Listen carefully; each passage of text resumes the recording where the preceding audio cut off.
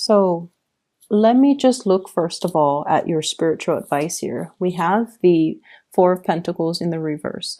This is a card about holding on to the status quo, refusing to make any type of plans, any type of moves, any type of changes. And I feel like if you're dealing with somebody who is like this, who's kind of aimless and kind of directionless, and they're walking around like they have a general idea that what they want, they want stability, they want financial security, but they don't really know the logical steps as to how to get where they are to where they need to go. And so the advice here is talking about you're dealing with somebody that has been through this, through their lives, through their entire lives, and they have dealt with a lot of financial ups and downs, and so whenever they're in a situation where things are somewhat stable, it's not the ideal situation, but it's somewhat stable, they're going to stay there, and they're going to stay there, and they're going to stay there because they feel like if they make any type of an action, it might land them back into an earlier time where they didn't have any resources, where they were struggling really hard. So I feel, it's sort of like the devil that you know. If you are dealing with this person, you have to be very, very, very sympathetic, understanding, and I want to say compassionate enough to know that they're battling their inner demons, okay? And until they process and until they finish that entire process of battling amongst themselves, dealing with some fears, some really deep-rooted security issues from their end, they're not going to be able to make a move. So you can talk to them and you can advise them and give them, counsel to your blue in the face. They're not going to listen. And it's because they have some things they need to deal with. So I feel like this week is a lot more about compassion. It's a lot more about understanding. A lot of the times when we see things, what people are doing, and we're outside of the situation, we feel like we have a lot more clarity, and we feel like we should offer advice. We feel like we should, tell them what they need to do. It's really easy being outside and giving, your outsider's perspective, but you're not in their shoes. So really embodying the energy of compassion and understanding for this week, okay? Not that you guys are not. I know that you guys are. But a lot of the times you want to interject, you want to give advice. And I feel like it might not be appropriate because you need to kind of like understand what the other person is struggling with or what they've dealt with that creates the person that they are today. And I feel like you might be too fast to give your 2 cents when it might not be appropriate for the other person, or they're not at a point where they're ready to hear it, okay? At the center of the spread, we have here the Ace of Cups, and this is a really, really big love that you have for another person. Reversed or upright, it doesn't really matter. When it's the Ace of Cups, it's sort of like a relationship that expands outwards, that changes people for the better, okay? What I'm sensing here is I feel like in the past, there might have been a big sense of like, are we on the same page? What is the direction of this love relationship? Are we reciprocating? Are we, moving things along where the two of us can build something solid and stable together? And in the past, this relationship meandered. It lacked direction. It lacked purpose. There were definitely, feelings of great attraction, chemistry, as well as true love for the other person.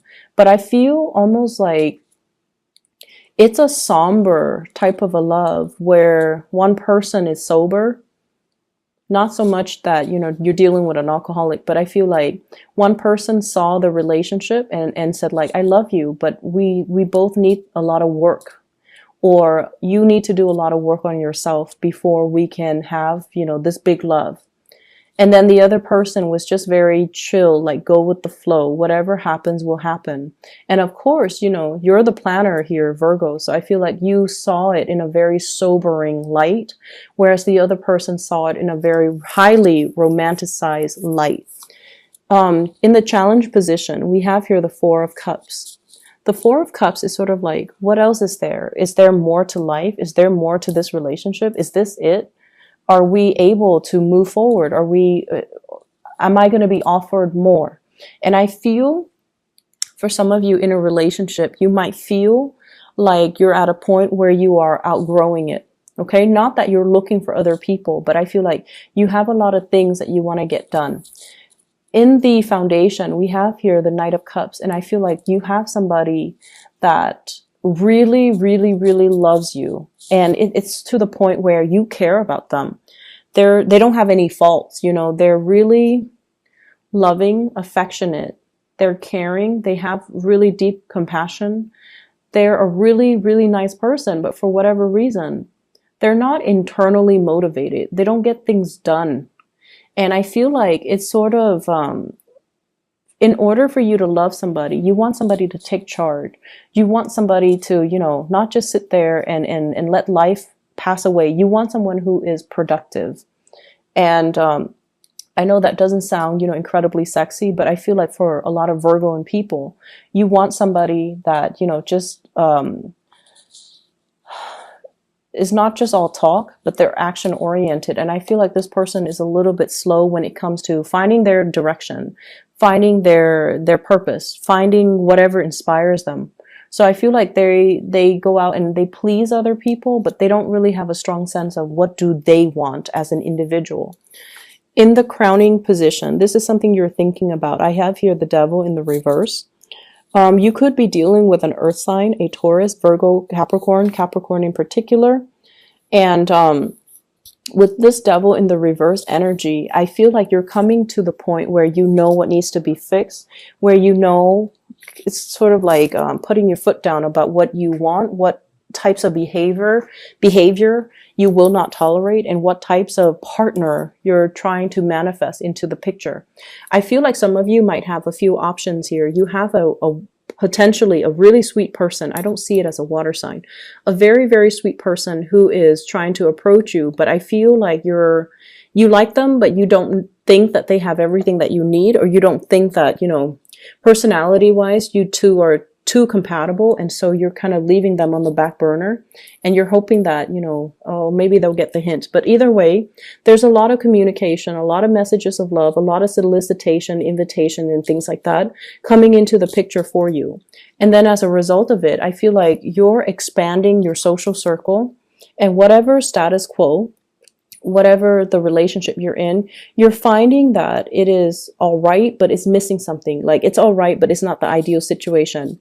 Likewise, the person that you're dealing with as well, they're trying to get things moving in their lives. So they're at a point where they're coming to realize as well, where I am right now, it's all right. It's somewhat stable, but it's not the ideal situation. So I need to get out there and do something new. External to your environment, we have here the Star card in the reverse.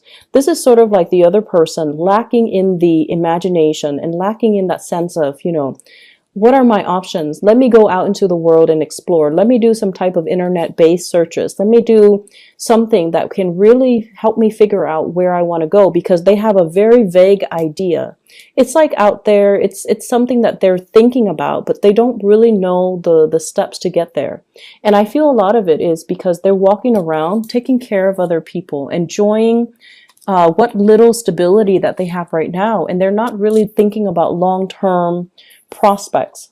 And they don't really have a sense of, you know, a lot of the times, the most successful people are not the most hardworking, but they're the ones with the big vision.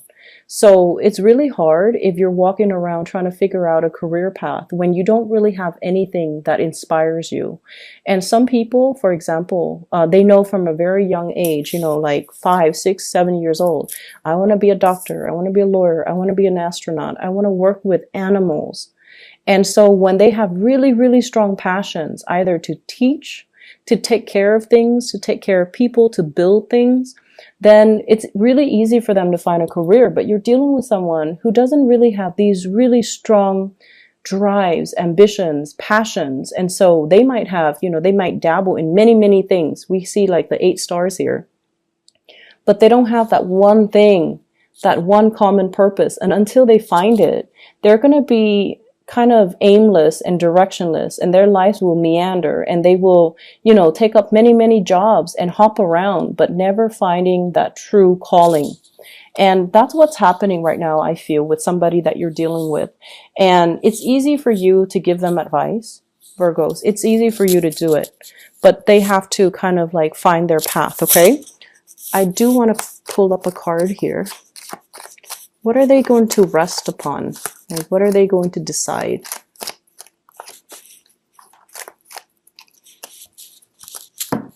They might just settle for the job that brings the most financial stability. Okay, they might just like juggle between the two jobs. And I feel like you're dealing with someone who has been dealt some really bad financial blows, okay?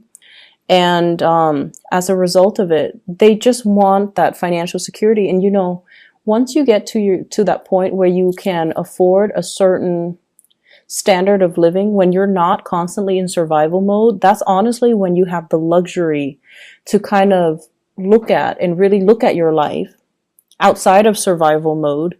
And you can try to figure out, like, you know, where do my passions lie? What do I want to do? So I feel like they need to get there first. So maybe they just need to, you know, suck it up and accept this job or accept this offer for financial stability. And then from this space of financial stability, that's when they can begin to grow and, you know, really figure out what they want and where their passions lie. In your hopes and fears, this is a card about stagnation, no new starts. And I feel like there is a situation here where you are already outgrowing the partner, you're outgrowing it could even be a job situation. You're not really inspired anymore. You're feeling like you're going through the motions. You're feeling like, yes, I'm able to help people because the Star card is the humanitarian card. But I feel almost like you're going through the motions. You're not feeling passionate and inspired anymore.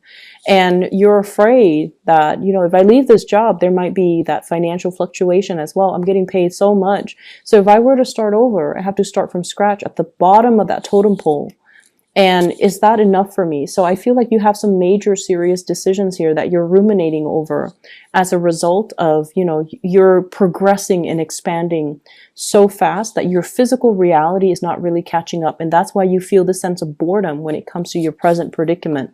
The partner that you're dealing with, you could be dealing here with an earth sign that you feel you're carrying the burden. You're kind of like, this person, I feel, is on your back and you're carrying them while you're trying to find the direction for yourself. It's not a comfortable position. And I feel like there might have been many, many conversations about this in the past. And I feel like it's being triggered for this week. Okay, so we're heading into conflict here. It's also a card about competition. So for some of you, single people, we have lots of suitors. Okay, we have people that are really interested in you, lots of communication coming through from these suitors. And we also have, you know, people battling for your attention, vying for your attention. So it's a really good space to be. But I definitely feel like you're still possibly tied up to the past. There are like some unfinished business things, like information that's not 100% revealed in a relationship from your past. You're still thinking about it. You might not be physically in it. You might be completely single, but there are unresolved business or unresolved questions and you want to get answers to. And so you're not at a point where you can move on and entertain new people yet. For others of you, I feel like this is a soul searching type of a week for you and your relationship partner. You're trying to figure out, you know, you're try to be loving and supportive and compassionate. And I feel like your partner is as well as trying to find that direction, trying to find what inspires them.